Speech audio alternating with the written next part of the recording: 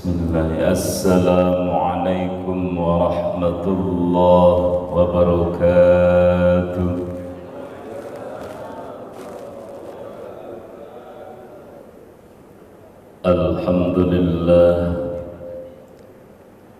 Alhamdulillahilladzi an'amana bi ni'matil iman wal islam wa ja'ala lana Rajab syahrul asam. Ashhadu an la ilaha illallah wahdahu la syarika lahul malikul alam wa ashhadu anna sayyidana wa nabiyyana Muhammadan abduhu wa rasuluh al-mab'uth rahmatan lil anam. Allahumma fassalli wa sallim wa barik ala sayyidina Muhammad wa ala alihi wa ashabihi al-bararatil kiram, amma ba'd.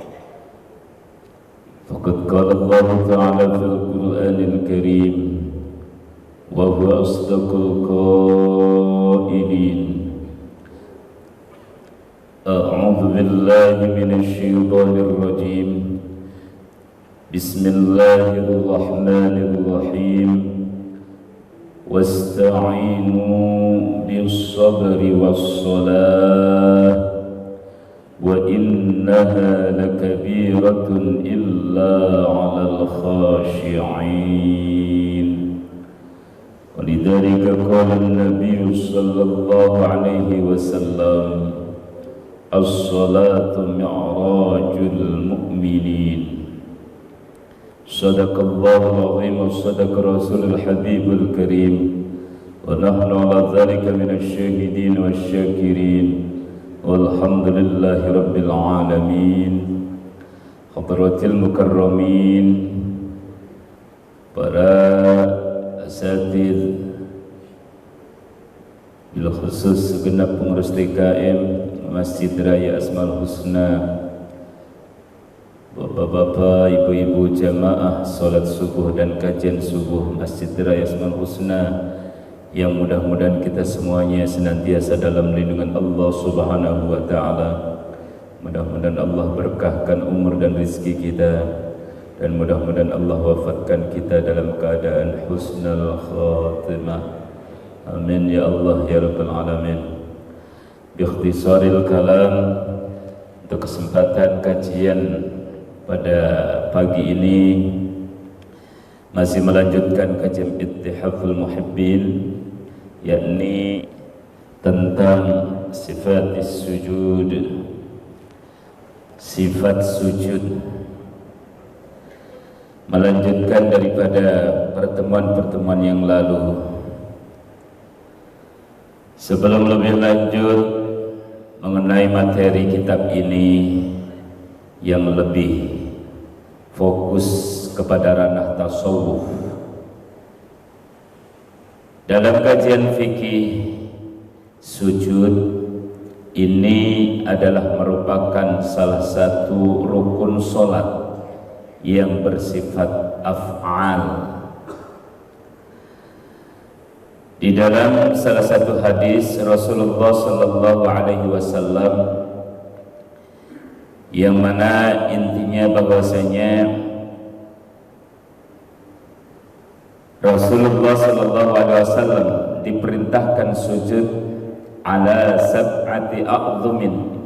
Inni umirtu an asjuda ala sab'ati a'dhumin. Bahwasanya aku diperintahkan sujud atas 7 anggota badan. Yang pertama yaitu alal jabhah, wa asyara biyadihi ala anfihi. Yang pertama adalah yaitu atas jidat atau kening. Kemudian Rasul mengisyarahkan tangannya sampai ke hidung beliau.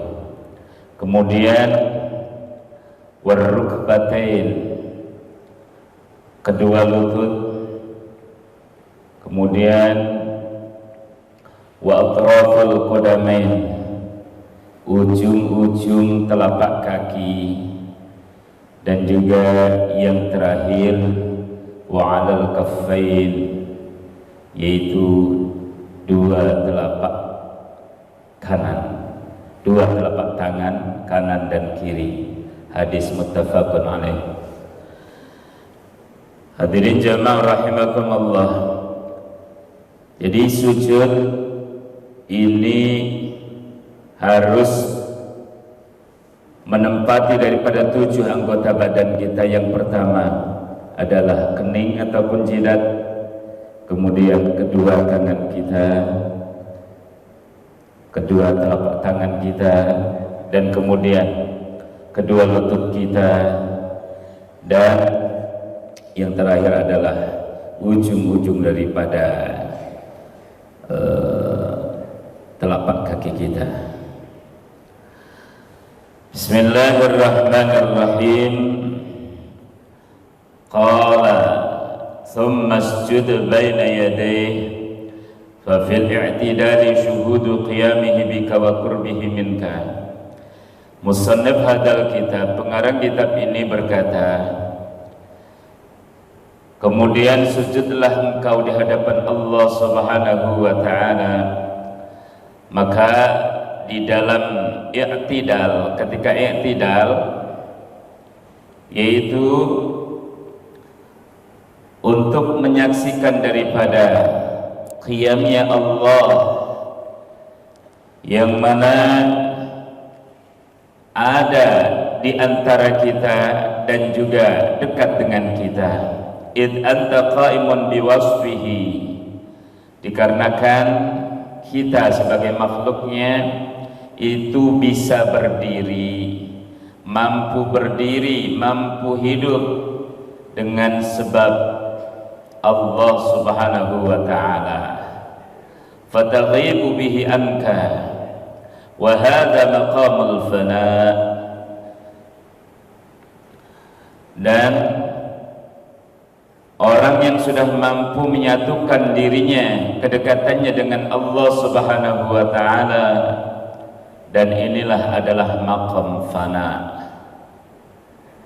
Nanti dijelaskan perbedaan antara fana dan juga baqa pada penjelasan di bawah. Tsumma taluhu barikatul baqa, kemudian nanti akan tersirat, muncul tersirat, yaitu cahaya baqa. Bi an tashhada bu'daka anhu ma'a qurbihi minka, dengan cara yaitu engkau menyaksikan daripada jauhmu dari Allah beserta dekatnya Allah darimu. Fatashhada 'uluwahu wa 'azamatahu wa dunuwahu wa rahmatahu fatasjuda. Maka saksikanlah olehmu akan keagungan Allah dan kedekatan Allah dan juga rahmat Allah, maka sujudlah. Id makna sujud wad'un nafsi ka'annaka mayyitun, dikarenakan pengertian daripada sujud adalah meletakkan hati kita, meletakkan jiwa kita, ka'annaka mayyitun, seolah-olah kita ini adalah mayit di hadapan Allah Subhanahu wa ta'ala. Dikarenakan waktu sujud meletakkan anggota yang paling mulia menurut kita manusia, yakni bagian kepala atau bagian sirah, kita letakkan dalam posisi yang paling bawah untuk kita demi mengagungkan dan menyembah Allah yang maha tinggi. Wa qad araita an awsafil hayah, dan kita terlepas daripada sifat-sifat kehidupan. Fa idza anta 'arin an awsafin nafsik, maka ketika kita terlepas daripada sifat-sifat yang ada dalam nafsu ataupun diri kita. Wa yadharu laka ma'nal iqtirab fi qawlihi ta'ala wasjud waqtarib. Maka nampak bagi kita yaitu arti ataupun makna kedekatan, sebagaimana dalam firman Allah Subhanahu wa taala suratul Alaq ayat 19, wasjud waqtarib, dan sujudlah engkau, waqtarib, dan mendekatlah. Fataqulu subhana rabbiyal a'la wa bihamdih, maka engkau berkata dengan bacaan sujud, yakni subhana rabbiyal a'la wa bihamdih, maha suci Tuhanku yang luhur dan dengan memujinya. Fatunazzihuhu an qurbika minhu, maka engkau memuji Allah atas kedekatanmu daripada Allah Subhanahu wa ta'ala. Wa tata'allaqu biwasfihil qa'im bika fahina idin taghibu fi qada'il wahdah, maka engkau akan sangat bergantung dengan sifat Allah yang ada dalam diri kita. Fahina idzin taghibu fi qada'il wahdah, maka ketika kita sudah bergantung atau berhubungan erat kedekatan kita dengan Allah Subhanahu wa taala, maka hilanglah dalam hati kita yaitu perasaan sendiri. Hadirin jamaah rahimakumullah. Qauluhu thumma isjud baina yadayhi wa huwa kama qala al-Ghazali a'la darajatil istiqanah fatamakkan a'azza a'dha'ika wa huwa al-wajhu min adhalil asya' wa huwa turab. Pada ucapan musannif thumma isjud baina yadayhi, sebagaimana yang diucapkan oleh Imam Al-Ghazali, bahwasanya derajat ketenangan yang paling tinggi itu adalah ketika kita mampu memantapkan anggota yang paling mulia dalam diri kita, wa huwal wajhu, yakni wajah. Wajah ataupun kepala ini adalah anggota yang paling mulia dalam diri kita manusia. Maka semisal kita malu, maka yang kita tutup adalah wajah kita, ya. Min adalil asya' wa huwa turab, anggota tubuh kita yang paling mulia yakni wajah ataupun kepala kita tempatkan pada posisi yang paling rendah, wa huwa turab, di antaranya adalah tanah. Kita tempatkan ke tanah demi untuk mengagungkan dan menyembah Allah yang maha luhur, yang maha mulia. Wa qala al-Hafidz Ibnu Rajab, Imam Al-Hafidz Ibnu Rajab berkata, as-sujud a'zamu ma yadharu fihi dhul 'abdi li rabbih 'azza wa jalla. Sujud adalah perkara yang lebih besar, perkara yang lebih agung untuk menampakkan kehinaan seorang hamba kepada Tuhannya Azza wa Jalla.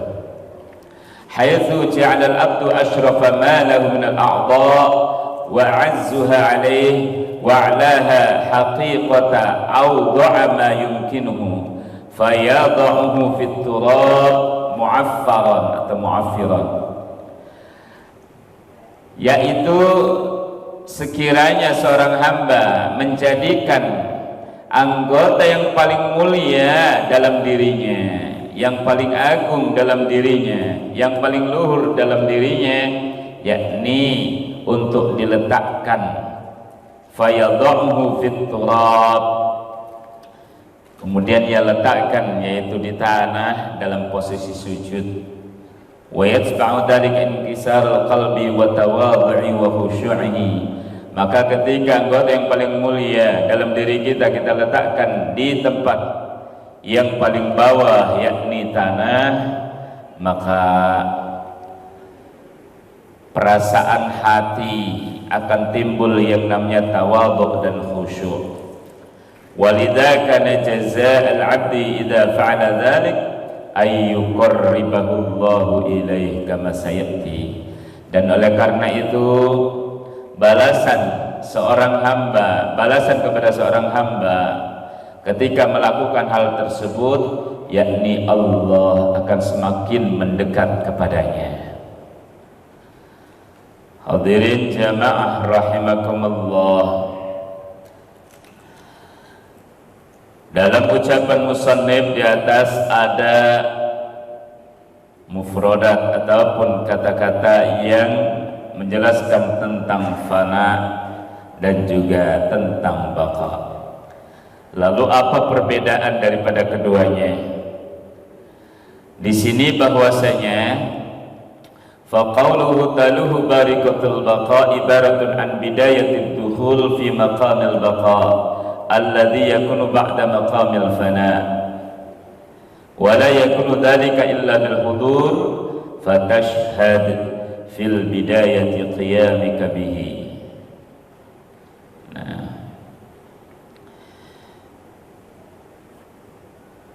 Kemudian berbicara perbedaan antara wal farqu baina maqamayil fana wal baqa. Perbedaan antara maqam fana dan baqa. Annal faniya fi maqamin yakunu fihi mahjuban lil haqqi anil khalqi. Perbedaan antara fana dan juga baqa, bahwasanya orang yang fana pada satu maqam ataupun tingkatan itu masih terhijab dengan zat Allah yang maha hak anil khalqi daripada makhluk. Artinya ada hijab antara Allah dan makhluknya. Tetapi yang dimaksud dengan baqa wa ammal baqi fa fi maqamin la yujibuhul haqqu anil khalqi walal khalqu anil haqqi wa huwa martabatun yarji'u fiha ila suhuwi ba'dal muhuwi. Adapun yang namanya baqi ataupun baqa, orang yang baqa, maka dia di dalam satu maqam ataupun tingkatan yang mana tidak bisa terhijab daripada Allah dan juga makhluknya, dan begitu pun tidak bisa terhijab dari makhluk dengan Allah Subhanahu wa taala. Wa yanzuru ila 'ainit tafsil fi 'ainil jam'i, dan ia mampu melihat daripada yaitu dat perincian ya fi 'ainil jam'i dalam dat penggabungan, artinya mampu merasakan dan mampu melihat secara tafsil ataupun detail. Wa yasa'u sadruhu al-haqqa wal khalqa. Kemudian hatinya akan terasa lapang dan luas daripada kehadiran Allah, kedekatan Allah dalam dirinya. Fayushahidul haqqa fi kulli syai', maka ketika sudah mampu yaitu melampaui atau melewati daripada maqam baqa, ia mampu melihat Allah fi kulli syai', dalam setiap sesuatu, dalam segala sesuatu. Bismillahirrahmanirrahim. Qauluhu fatashhadu 'uluwahu wa 'azamatahu wa dunuwahu wa rahmatahu. Maka ketika kita bersujud di hadapan Allah Subhanahu wa taala, zat yang maha luhur, zat yang maha tinggi, sementara kita tundukkan badan kita, kita letakkan anggota yang paling mulia dalam diri kita, yakni wajah ataupun kepala kita, untuk semata-mata mengagungkan zat Allah, maka dengan hal tersebut kita akan mampu menyaksikan keagungan Allah, kedekatan kita kepada Allah, dan mampu merasakan rahmat Allah Subhanahu wa ta'ala. Ay anna muqtada syuhudika bu'daka anhu an tashhada 'uluwahu wa 'azamatahu li'anna bu'daka anhu bi awsafi 'ubudiyyatihi fa awsaf ar-rububiyyah rafi'atul qadr, yakni dengan cara kita menyaksikan atau merasakan keagungan Allah dikarenakan jauhnya kita dari Allah, bi'awsafi 'ubudiyatik, dengan sifat ataupun ciri-ciri daripada ibadah kita, maka fa'awsaf rububiyah rafi'atul qadr, maka sifat ataupun ciri-ciri ketuhanan rafi'atul qadr itu adalah sifat yang paling tinggi derajatnya,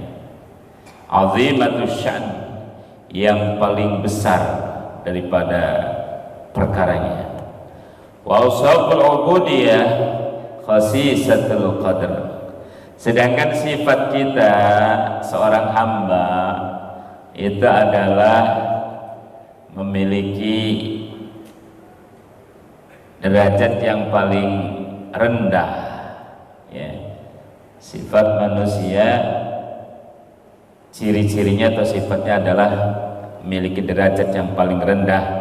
Kalau kita tidak ibaratnya mengikuti ataupun melewati daripada serta menerapkan sifat-sifat ketuhanan dalam diri kita yang mana mempunyai derajat yang luhur, sedangkan sifat kita seorang hamba manusia memiliki sifat yang rendah, daniatul miqdar, ukuran yang rendah, fala munasabata bainahuma fil qadr, maka tidak ada korelasi, tidak ada munasabah, tidak ada hubungan di antara keduanya, yakni antara sifat ketuhanan dan sifat seorang hamba, ya, di dalam satu derajat kemuliaan.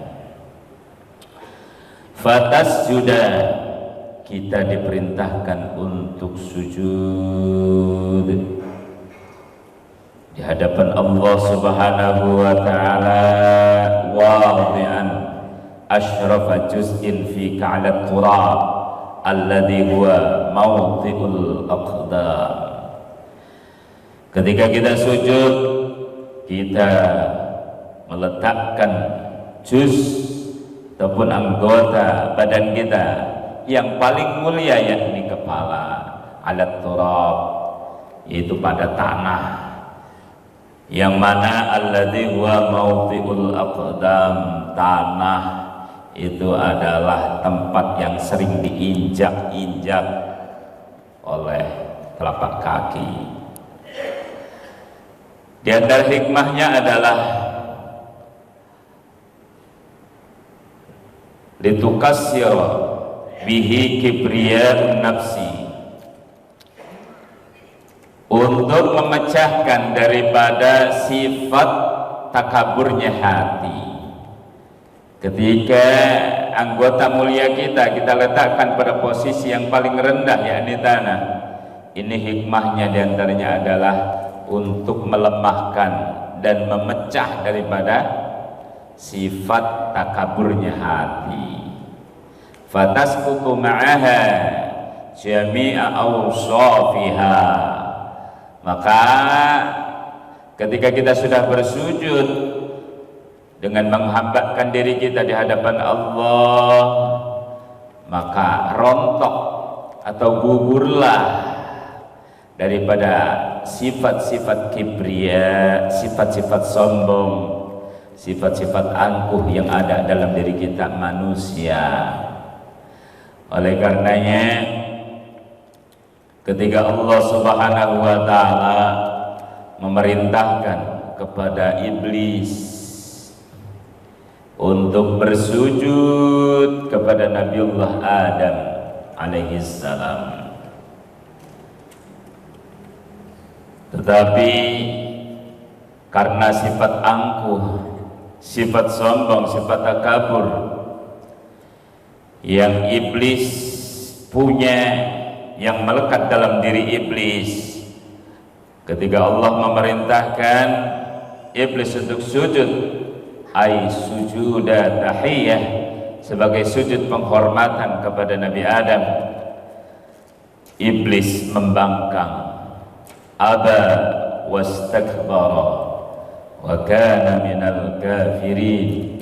Iblis enggan untuk sujud kepada Nabi Adam, bahkan ia termasuk orang-orang yang kafir. Dan bahkan sampai iblis berkata, ana khairun minhu khalaqtahu min tin khalaqtani min nar wa khalaqtahu min tin. Aku lebih baik daripada Nabi Adam karena engkau menciptakanku daripada api, sedangkan engkau ciptakan Nabi Adam daripada tanah. Nah, inilah salah satu sifat sombong, sifat takabur yang dimiliki iblis, yang kemudian menghantarkan iblis mendapatkan laknat dan murka Allah Subhanahu wa taala ila yaumil qiyamah. Ketika Allah turunkan Nabi Adam ke muka bumi sambil dibarengi dengan taubatan nasuha, sehingga dalam proses ataupun kurun waktu kurang lebih 40 tahun Nabiullah Adam alaihissalam selalu berucap dan berkata, Rabbana zalamna anfusana wa illam taghfir lana wa tarhamna lanakunanna minal khasirin. Sambil dibarengi dengan taubat, menyesali atas perbuatannya, mengikuti daripada tipu daya iblis. Kenapa saat itu Nabiullah Adam alaihissalam mampu tergoda dengan bujuk rayu iblis? Dikarenakan ucapan iblis ketika menggoda Nabi Adam dan istrinya Siti Hawa adalah dengan memakai kalimat-kalimat qasam, kalimat-kalimat sumpah, wallahi, demi Allah Adam, ya, demi Allah, yang iblis ucapkan dengan memakai sumpah atas nama Allah. Karena Nabiullah Adam memandang mulia dan mengagungkan daripada sumpah atas nama Allah, maka tidak terpikir sedikit pun atas kebohongan yang iblis ucapkan. Tetapi iblis laknatullah tidak mempunyai perasaan dan sifat menyesal, tidak mempunyai perasaan taubat. Makanya oleh karena itu Allah laknat iblis sampai hari kiamat. Dan bahkan iblis meminta kepada Allah, ya Allah, engkau boleh melaknatku sampai hari kiamat, engkau boleh menempatkanku nanti ke neraka, tetapi berikan aku kekuasaan untuk mampu menarik manusia sebanyak-banyaknya untuk menjadi teman dan pengikutku di neraka kelak. Dan itu diijabah dan diizinkan oleh Allah Subhanahu wa taala. Silahkan kalau mampu, tetapi engkau tidak akan mampu menggoda daripada hamba-hambaku, kata Allah.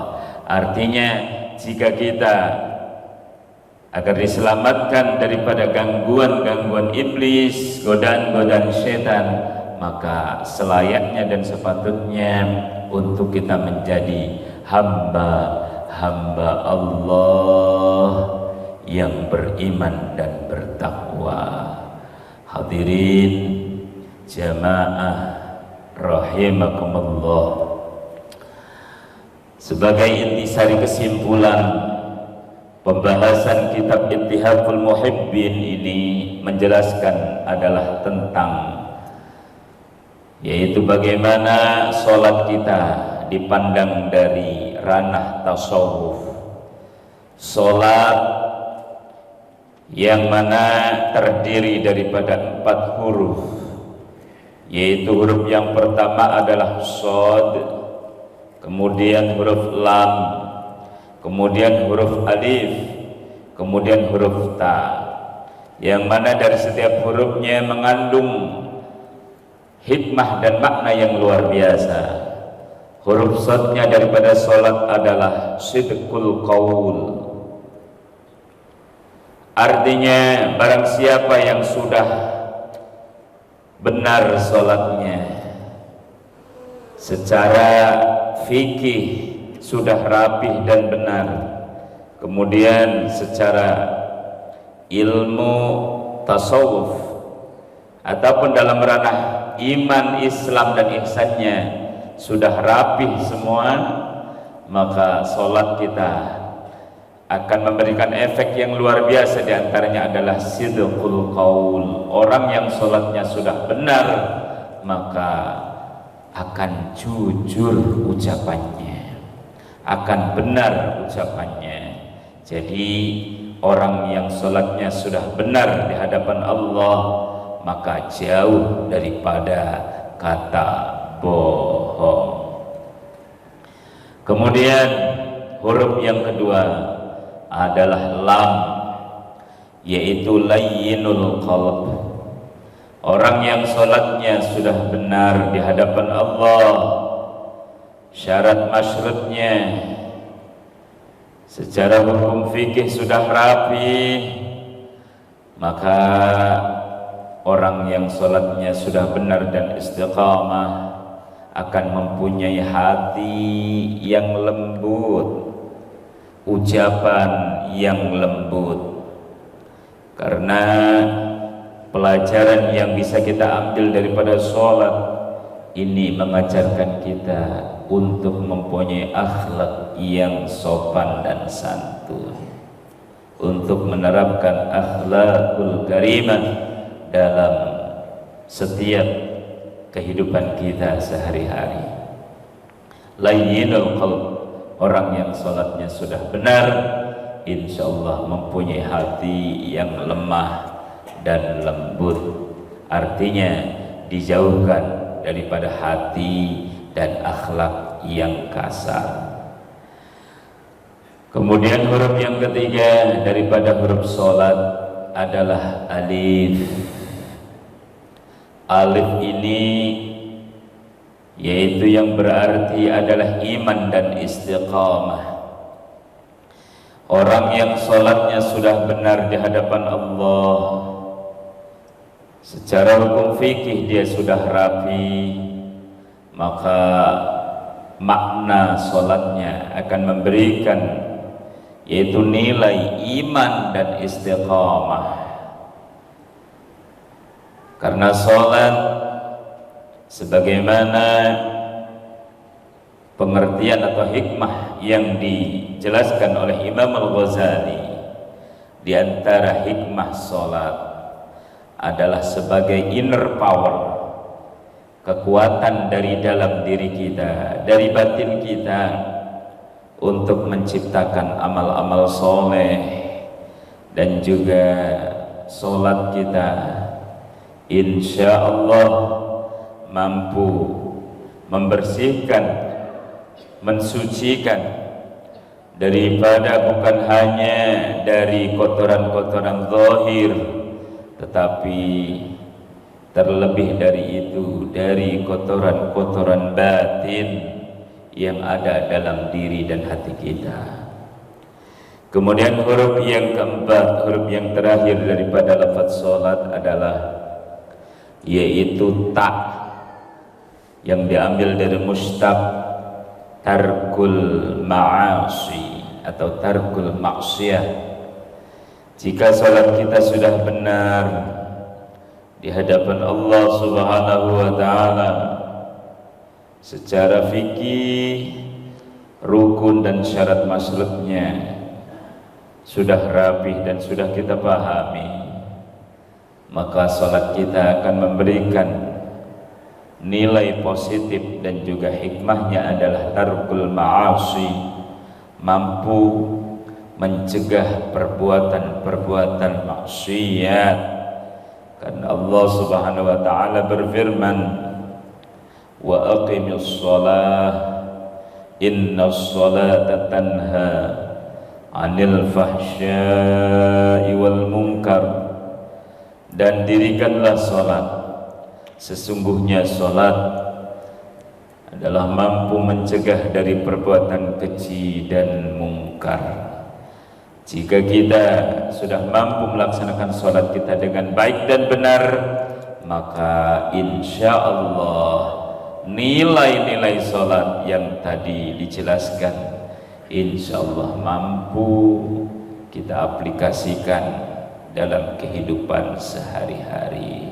Insya Allah, jadikan salat kita sebagai kebutuhan, jadikan salat kita adalah sebagai komunikasi kita dengan Allah, karena as-salatu mi'rajul mu'minin, mi'raj kita kepada Allah itu diantara salah satunya adalah lewat salat kita. Kemudian jadikan salat kita adalah sebagai kebutuhan rohani kita, yang mana wajib bagi kita ketika kita belum melaksanakan salat, maka akan muncul kegelisahan dalam batin kita. Oleh karenanya Allah Subhanahu wa taala memberikan ancaman yang luar biasa bagi kita, yang apabila termasuk daripada orang-orang yang menyanyiakan salat. Allah Subhanahu wa taala berfirman, a'udzubillahi minasyaitonir rajim, فَخَلَفَ مِن بَعْدِهِمْ خَلْفٌ أَضَاعُوا الصَّلَاةَ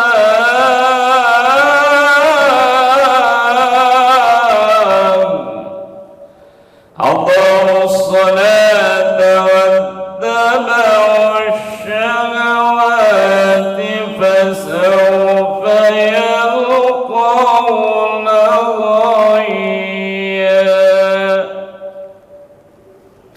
Maka nanti akan datang satu kelompok daripada umat Nabi Muhammad, yang mana kelompok tersebut adalah kelompok yang suka menyanyiakan salat. Ibnu Abbas dalam tafsirnya menafsiri siapa orangnya yang termasuk menyanyiakan salat, yakni orang-orang yang suka dan senang mengakhirkan salat daripada waktunya. Padahal Rasul memberikan penjelasan, afdalul a'mal as-shalah fi awwali waqtiha. Amal yang paling utama adalah salat pada awal waktunya. Orang-orang yang senang menyanyiakan salat kemudian mengikuti hawa nafsunya, maka akan ditimpakan padanya yaitu kesesatan. Syekh Wahab bin Munabbih menjelaskan makna ghai itu sendiri, yang mana ternyata ghai itu adalah salah satu nama jurang di dalam neraka jahanam. dan jurang-jurang yang lain di sekitar jahanam, ini semuanya meminta ampun, memohon pada Allah untuk tidak didekatkan dengan yang namanya jurang ghaib. Kenapa? Li'annahu syadidun harruhu wa ba'idun qaqruhu wa khabithun ta'muhu. Dikarenakan jurang ghaib ini adalah jurang yang amat panas luar biasa. Jika satu tetes saja daripada jurang ghaib ini diteteskan ke alam dunia, ladzabat ahlul ardi, maka seluruh penduduk bumi ini akan hancur. Kemudian selain sangat panas, wa ba'idun qaqruhu, dan juga sangat dalam, ya, sangat dalam luar biasa. Dan kemudian wa khabithun ta'muhu, jurang ghaib ini adalah merupakan jurang yang sangat baunya busuk luar biasa. Oleh karenanya mudah-mudahan kita semuanya diberikan kekuatan iman dan Islam, kekuatan iman dan takwa kita, untuk kita senantiasa mampu menjaga sholat kita hingga akhir hayat kita. Mari kita kuatkan dan tingkatkan lagi sholat berjamaah di belakang imam sebelum kita nanti kelak disolatkan di depan imam. Mari kita sempatkan untuk sekali-kali kita bisa adzan di masjid sebelum nanti kita nanti kelak diadzankan di dalam kuburan. Mari kita sempatkan untuk istiqomah kita ngaji di majlis-majlis ilmu sebelum nanti kita diajikan di hadapan para keluarga kita. Hadanallah wa iyyakum ajma'in. Assalamualaikum warahmatullahi wabarakatuh.